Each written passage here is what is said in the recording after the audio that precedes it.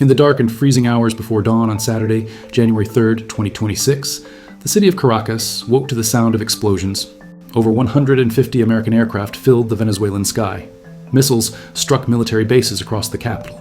And by 3:30 in the morning, President Nicolás Maduro and his wife were aboard the USS Iwo Jima, captured by Delta Force operatives in what the Trump administration called Operation Absolute Resolve. But when Donald Trump stood before the cameras at Mar-a-Lago to announce the strike, flanked by Secretary of State Marco Rubio and Defense Secretary Pete Hegseth, he didn't talk primarily about democracy or human rights or even drug trafficking. He talked about oil, Venezuela's oil, the largest proven reserves on the planet, 303 billion barrels. And Trump said the United States would run Venezuela until there is a transition of power, and that U.S. companies would be very strongly involved in the Venezuelan oil industry.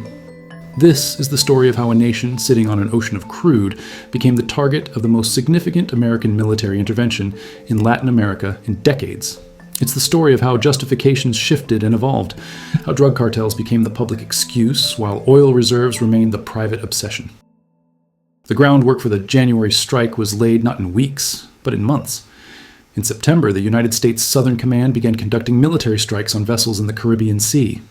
The administration claimed these were drug smuggling boats. More than 100 people were killed in what Trump described as an effort to thwart drug smuggling, but no drugs were ever recovered.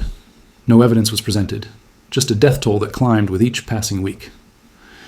In November 2025, the U.S. deployed the aircraft carrier USS Gerald R. Ford, accompanied by F-35 fighter jets and approximately 15,000 troops.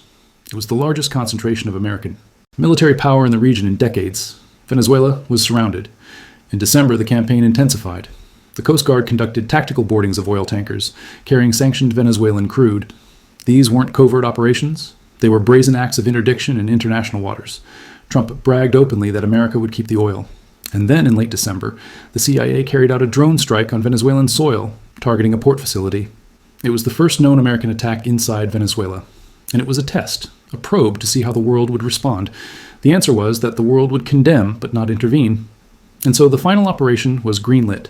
To understand why this happened, we need to understand the asset that sits beneath Venezuela's soil.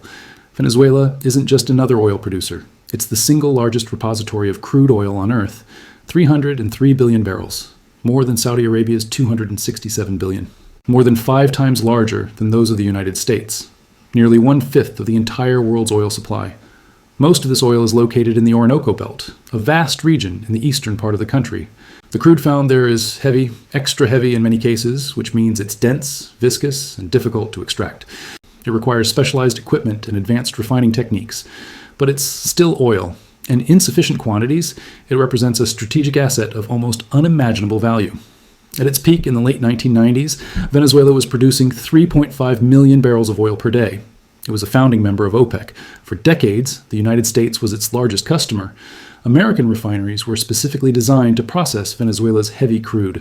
The relationship was mutually beneficial. But then something changed. In 1999, Hugo Chavez was elected president. He was a former military officer, a socialist, and a fierce critic of American foreign policy. Venezuela nationalized its oil sector in the 1970s, creating Petróleos de Venezuela S.A., PDVSA. In 2007, Chavez nationalized the remaining foreign oil projects in Venezuela, effectively ousting U.S. oil giants like ConocoPhillips and ExxonMobil. The companies fought back through legal channels. In 2014, a World Bank arbitration tribunal ordered Venezuela to pay ExxonMobil $1.6 billion. Venezuela never paid. By the time Nicolás Maduro succeeded Chavez in 2013, oil output, which exceeded 3 million barrels per day in the late 1990s, collapsed to well under 1 million barrels per day by the early 2020s, due to chronic underinvestment, sanctions, skilled labor attrition, and the hollowing out of PDVSA. The infrastructure was decaying. Skilled workers had fled. Venezuelan state-owned oil and natural gas company PDVSA says its pipelines haven't been updated in 50 years. And the cost to update the infrastructure to return to peak production levels would cost $58 billion, and yet the oil remained 300 billion barrels sitting under Venezuelan soil, largely untapped. For months, the Trump administration's stated grievances with Venezuela centered on drugs. Trump designated Venezuelan gangs as foreign terrorist organizations. He accused Maduro of narco-terrorism. But the drug narrative never quite added up. Most cocaine passing through Venezuela was destined for Europe, not the United States. Fentanyl originates primarily from China and Mexico. Venezuela's role in the American drug crisis was marginal at best. And then, in mid-December, Trump's rhetoric shifted. During this operation, Trump claimed that Venezuela's oil reserves had been stolen from the United States. Stephen Miller, Trump's deputy chief of staff, wrote that American sweat, ingenuity, and toil created the oil industry in Venezuela, and that its tyrannical expropriation was the largest recorded theft of American wealth and property. It was a remarkable claim. Under international law, specifically the principle of permanent sovereignty over natural resources, sovereign states have the inherent right to control, use, and dispose of their resources. This concept was solidified by the United Nations General Assembly in a resolution adopted in December 1962. It means, unambiguously, that Venezuela owns its oil, not ExxonMobil, not Chevron, not the United States.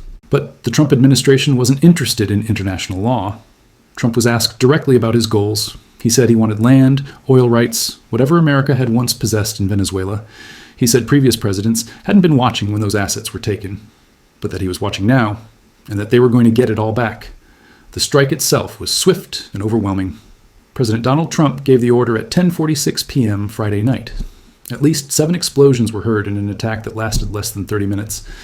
Aircraft began launching from 20 different bases on land and sea across the Western Hemisphere.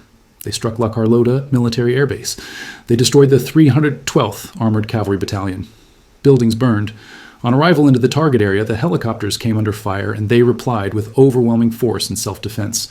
One aircraft was hit, but remained flyable. Maduro and his wife then gave up and were taken into custody, with no loss of life to U.S. forces. A Venezuelan official said people had been killed, but the scale of casualties was unclear.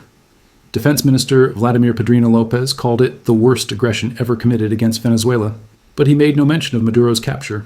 The command structure had been decapitated. At Mar-a-Lago, Trump said the operation had been a success. Trump said the U.S. would run the country until such time as they can do a safe, proper, and judicious transition to new leadership. He talked at length about Venezuela's oil infrastructure. Trump said the U.S. would have its very large United States oil companies go in, spend billions of dollars, fix the badly broken infrastructure, and start making money for the country. The implication was clear. America would control that revenue. America would decide how it was spent. America would run Venezuela's oil industry as an occupying power. The reaction from Latin America was swift and nearly universal in its condemnation. Colombian President Gustavo Petro sent troops to the border and anticipated an influx of refugees. Brazilian President Lula da Silva condemned American actions and warned of the sharp repercussions of past American interventions in Latin America. Russia's foreign ministry said the attack would be an unacceptable infringement on sovereignty. UN Secretary General Antonio Guterres called the strikes a dangerous precedent and urged adherence to international law. But Argentina's President Javier Milei, a Trump ally, celebrated the operation, and Maria Corina Machado, the Venezuelan opposition leader who won the Nobel Peace Prize, celebrated as well. She had previously promised, in a business meeting in Miami attended by Trump, to open Venezuela's oil and gas reserves. But when asked about Machado's political future, Trump was dismissive. Trump said that Machado doesn't have the support or the respect within the country. Instead, Trump noted that U.S. officials were already engaging with the vice president, and that she was essentially willing to do what the U.S. thinks is necessary, adding that she was quite gracious, but really doesn't have a choice. The message was unmistakable.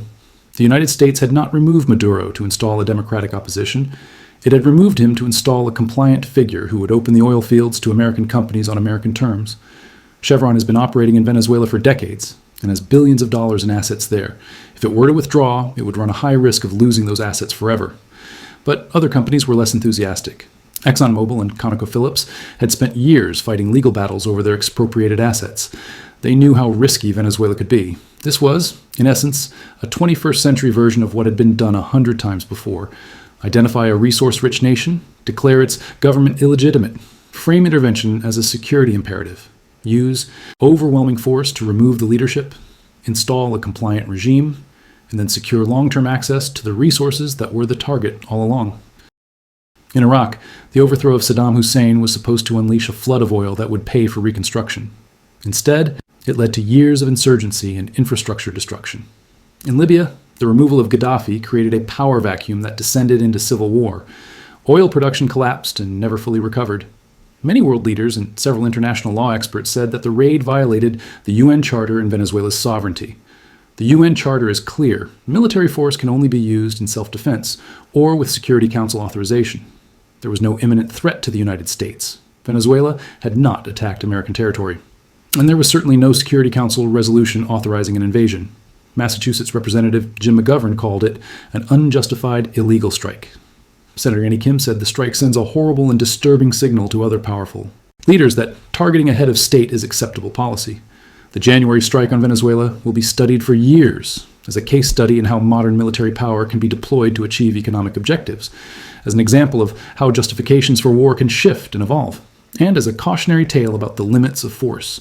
Because, in the end, the question wasn't whether the United States could overthrow Maduro. It clearly could. The question was, what would come next? The oil beneath Venezuela's soil is real. 300 billion barrels, the largest reserves on Earth. But oil alone has never been enough. It requires stability. It requires investment. It requires a government that can function and a population that believes in its future. And those things cannot be imposed at gunpoint. The American strike on Venezuela was many things. It was a military success. It was a geopolitical gamble. It was a violation of international law. It was an assertion of power in a region that had long chafed under American dominance. But most of all, it was a reminder of an old truth, that nations with resources that others want are never truly sovereign. That the principles of international law apply only when the powerful choose to respect them. And that in the 21st century, just as in the 20th, oil and power remain.